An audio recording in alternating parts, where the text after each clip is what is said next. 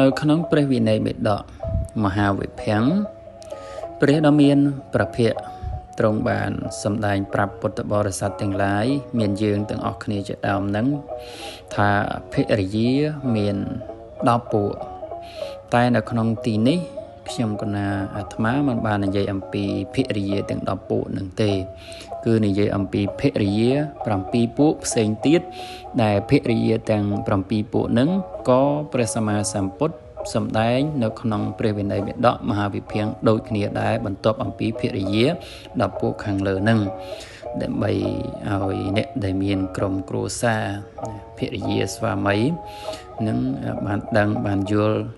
បានគិតបានពិចារណាថាតើអត្តចរិតភរិយាឬក៏ប្រពន្ធរបស់ខ្លួនយើងនឹងមានអាកប្បកិរិយាអត្តចរិតឬពាក្យដូចអ្វីដែលព្រះសម្មាសម្ពុទ្ធបានសម្ដែងអត់ហើយដើម្បីឲ្យយើងការពារនិងកែប្រែអត្តចរិតខ្លួនដើម្បីអាចរស់នៅក្នុងជីវិតជាអ្នកមានគ្រួសារស្វាមីភរិយានឹងយ៉ាងមានសេចក្តីសុខដុមរមនាជាមួយគ្នាអញ្ចឹងភរិយាទាំង7ពួកនឹងគឺទី1វិធិកាភរិយាទី2ចោរាភរិយាទី3អយាភរិយាទី4មេត្តាភរិយាទី5ភគិនីភរិយាទី6សក្ខីភរិយានិងទី7ទាស័យភរិយាសូមពន្យល់ដោយខ្លីគឺទី1វិធិកាភរិយាភរិយាស្មើដោយអ្នកសម្លាប់ប្តីឬដូចអ្នកសម្លាប់ប្តីពាក្យថាសម្លាប់ប្តីនៅក្នុងទីនេះគឺលោកសំដៅដល់ការសម្លាប់ទឹកចិត្តរបស់ប្តីមិនមែនសម្លាប់ជីវិតប្តីនឹងទេគឺជាភរិយាដែលមើលបំណាំប្តីមិនជួយការងារប្តីមិនឈឺឆ្អាលជាមួយប្តីមិនសួរសុខទុក្ខប្តីមិនមានអព្យាស្រ័យជាមួយប្តីហើយចាំតែស្ដីបន្ទោសឲ្យប្តីនៅពេលដែលប្តីធ្វើខុសបន្តិចបន្តួចជាដើមលក្ខនឹងហៅថាភរិយាស្មើដោយអ្នកសម្លាប់ប្តីទី2ចោរាភរិយាដូចជាចោរសំដៅទៅលើភរិយាណាមួយដែលយកទ្រព្យសម្បត្តិប្តីដែលខំប្រឹងរកបានទាំងថ្ងៃទាំងយប់បែកញើសហូរញើសស្ទើរតែមិនបានដេកមិនបានពួនហ្នឹងយកទៅលក់ដូរយកទៅឲ្យគេឯងខ្ចីជាបុលជាដើមឬក៏យកទៅចាយវាទិញរបស់របរផ្សេងហ្នឹងអត់បានសួរនាំប្តីអត់បានទទួលការអនុញ្ញាតពីប្តីអត់វិភាសាជាមួយប្តីជាមុនទេគឺសម្រេចធ្វើទៅតាមចិត្តខ្លួនឯងភ្លាមតែម្នាក់ឯងចឹងទៅនឹងភរិយាដូចជាចោរទី3អយាភរិយាដូចជាចវាយនីរបស់ប្តីគឺជាភរិយាដែលគិតតែពីការតុបតែងសម្អិតសម្អាងខ្លួនប្រាណដោយគ្រឿងអលង្ការដោយលេដោយម្សៅជាដើមអត់មានខ្វល់ជាមួយប្តីទេហើយមើលងាយមើលថោកប្តីរបស់ខ្លួនប្រើប្តីរបស់ខ្លួនទៅតាមខ្លួនដែលចង់បានដូចប្តីនឹងជាខ្ញុំបំរើជាខ្ញុំកញ្ជះដាច់ថ្លៃអញ្ចឹងឯងនឹងទី3ភរិយាដូចជាចវាយនីទី4មេត្តាភរិយាដូចជា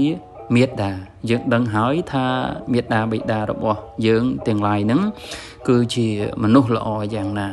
ជាមនុស្សដ៏អស្ចារ្យយ៉ាងណាជាមនុស្សដែលចេះកិច្ចការច្រើនយ៉ាងណាមិញភរិយាដូចជាមេត្តាហ្នឹងក៏ដូចឆ្នោះដែរគឺថាកិច្ចការទាំងក្នុងផ្ទះការផ្ទះគឺគាត់អាចធ្វើបានគ្រប់បែបយ៉ាងហើយដឹងអំពីតួនាទីរបស់ខ្លួនត្រូវធ្វើចំពោះស្វាមីចេះស្រឡាញ់ចេះអប់រំទូលមានកូនប្រុសស្រីទាំងឡាយចេះចែករំលែកចេះឈឺឆ្អាលចេះមើលថែចេះសួរសុខទុក្ខនិងឲ្យអព្យាស្រ័យដល់ប្តីនៅពេលដែលប្តីធ្វើខុសបន្តិចបន្តួចនឹងភរិយាដូចជាមេត្តាទី4ទី5ភរិយាដូចជាប្អូនស្រីភាសាបាលីថាភគនីភរិយាគឺសំដៅទៅលើភរិយាដែលចេះគោរពបដិបត្តិស្វាមីរបស់ខ្លួនដោយកាយ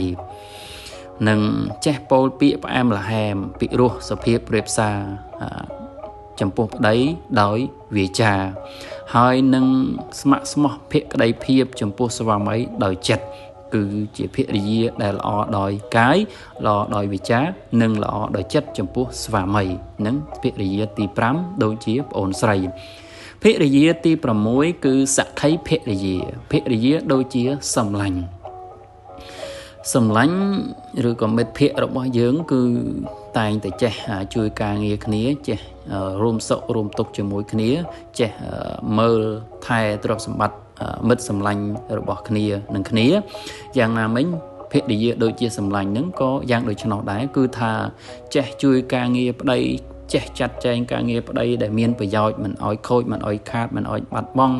ហើយនៅពេលដែលប្តីចេញទៅធ្វើការក្រៅផ្ទះខ្លួននៅផ្ទះហ្នឹងគឺថាចាត់ចែងរៀបចំការងារផងទាំងឡាយហ្នឹងគឺមិនឲ្យខូចទេរងចាំប្តីមកវិញនឹងភរិយាទី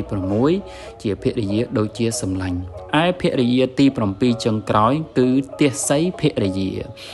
យាដូចជាទាស័យយើងដឹងហើយថាអ្នកដែលនៅស៊ីឈ្នួលបំរើគេហ្នឹងគឺគាត់ចេះការងារច្រើនមិនថាការងារធ្ងន់ឬការងារស្រាលការងារខាងក្នុងផ្ទះឬក្រៅផ្ទះគឺថាគាត់អាចធ្វើបានសពបែបយ៉ាងឲ្យតែម្ចាស់ត្រូវការប្រើគាត់ហើយអាកប្បកិរិយារឹកពីហ្នឹងគឺល្អប្រសើរគោរពបប្រតិបត្តិហើយអត់ធន់ចំពោះម្ចាស់ណាស់យ៉ាងណាមិញភរិយាដូចជាទាស័យហ្នឹងក៏ដូចឆ្នោះដែរគឺថាគាត់ចេះសពបែបយ៉ាងការងារហើយគាត់ធ្វើដោយការអត់ធន់ដោយការតស៊ូអត់ទ្រាំហើយគាត់មានអាកប្បកិរិយាមយាទឬពីហ្នឹងគឺមិនឆ្មើងឆ្មៃមិនក្រអឺតកតោបមិនខឹងទាស់ជាមួយនឹងស្វាមីទេនៅពេលដែលស្វាមីប្រើខ្លួនឲ្យធ្វើអ្វីមួយហ្នឹងហៅថាទាស័យភរិយាដូចជាទាស័យទី7ក្នុងចំណោមភរិយាទាំង7ពួកដែលបានរៀបរាប់មកនេះភរិយា3ពួកខាងដើមគឺភរិយាដូចជាអ្នកសម្លាប់ប្តីភរិយាដូចជាចោរនិងភរិយាដូចជាចៅហ្វាយនេះរបស់ប្តីនេះលោកប្រាប់ថាជាភរិយាមិនល្អមានអាកប្បកិរិយាអតចរិតរឹកពីមិនល្អទេអញ្ចឹងបើបងប្អូននារីស្ត្រីយើងដែលជាភរិយាគេបើបានដឹងថាយើងមានអាកប្បកិរិយារឹកពីយ៉ាងដូចនេះអានឹងយើងគួរតែប្រឹងកែប្រែកែលម្អដើម្បីយើងអាចរស់នៅជាមួយស្វាមីជាមួយកូនជាមួយក្រុមគ្រួសារយើងបាន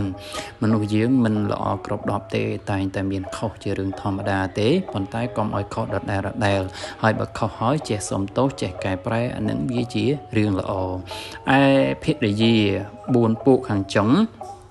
គឺភរិយាដូចជាមេត្តាភរិយាដូចជាប្អូនស្រីភរិយាដូចជាសម្លាញ់និងភរិយាដូចជាទាស័យ4ពួកខាងចុងនេះលោកប្រាប់ថាជាភរិយាដែលល្អប្រសើរណាស់ដែលស្វាមីទាំងឡាយបើបានភរិយា4ពួកខាងចុងហ្នឹងគឺពិតជាអ្នកមានបុណ្យមានសំណាងហើយគួរតែយកចិត្តទុកដាក់ស្រឡាញ់ស្ម័គ្រស្មោះជាមួយនឹងភរិយារបស់ខ្លួនឯងដែលជាមនុស្សល្អយ៉ាងដូចនេះអញ្ចឹងបើនារីឬក៏ស្ត្រីជាភរិយាហ្នឹងបើដឹងថាខ្លួនឯងមានអត្តចរិតល្អដូចជាភរិយាដែលរៀបរាប់មក4ពួកខាងចុងហ្នឹងហើយក៏គួរតែខំប្រឹងធ្វើឲ្យបានល្អបន្ថែមទៀតទៅលើអ្វីដែលយើងល្អស្រាប់ហើយហ្នឹង